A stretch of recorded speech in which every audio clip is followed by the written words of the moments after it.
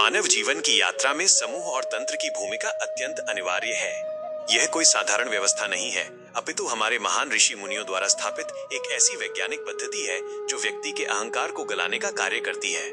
जब कोई साधक किसी तंत्र या समूह से जुड़ता है तो वो केवल एक संगठन का भाग नहीं बनता, बल्कि वो अपनी संकीर्ण मान्यताओं और मैं की सीमा को लांघने का प्रयास करता है। हमारे पूर्वजों ने इस परंपरा का निर्माण इसीलिए किया था ताकि व्यक्ति अपने पृथक अस्तित्व के मोह से बाहर निकल सके। जब तक मनुष्य स्वयं को दूसरों से अलग मानकर केवल अपने स्वार्थ के घेरे में रहता है, तब तक उसका आत्मिक परिमार्जन संभव नहीं है। समूह में रहकर कार्य करने से हम का भाव जागृत होता है, जो स्वयं के झूठे गौरव को समाप्त करने के लिए एक औषधि की भांति कार्य करता है। इस विषय की गंभीरता को समझना प्रत्येक जिज्ञासु के लिए आवश्यक है, क्योंकि इसके बिना जीवन की दिशा का निर्धारण असंभव है।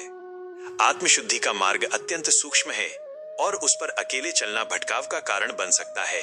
समूह और तंत्र एक सुरक्षा कवच के समान होते हैं जो साधक को अनुशासन में रखते हैं। जब हम किसी व्यवस्था का हिस्सा बनते हैं तो हमें अपने स्वभाव और इच्छाओं का त्याग करना पड़ता है, और यही त्याग जीव वृत्ति के विनाश का कारण बनता है।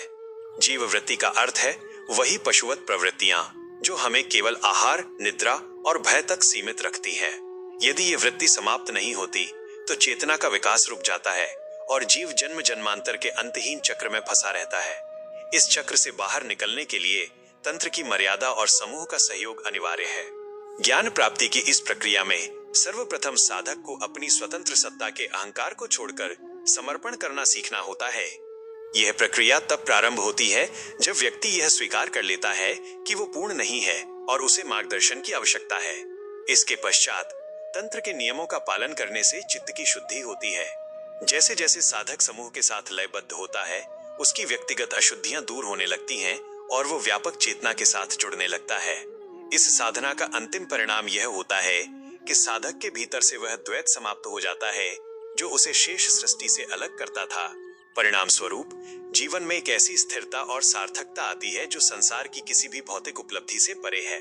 साधकों के विचार हेतु प्रश्न 1, क्या आप वर्तमान में किसी ऐसी व्यवस्था या समूह से जुड़े हैं जो आपकी व्यक्तिगत इच्छाओं से ऊपर आपको अनुशासन सिखाती है?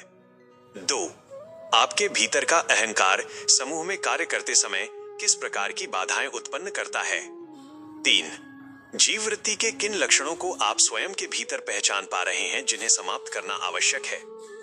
शुभ मंगल।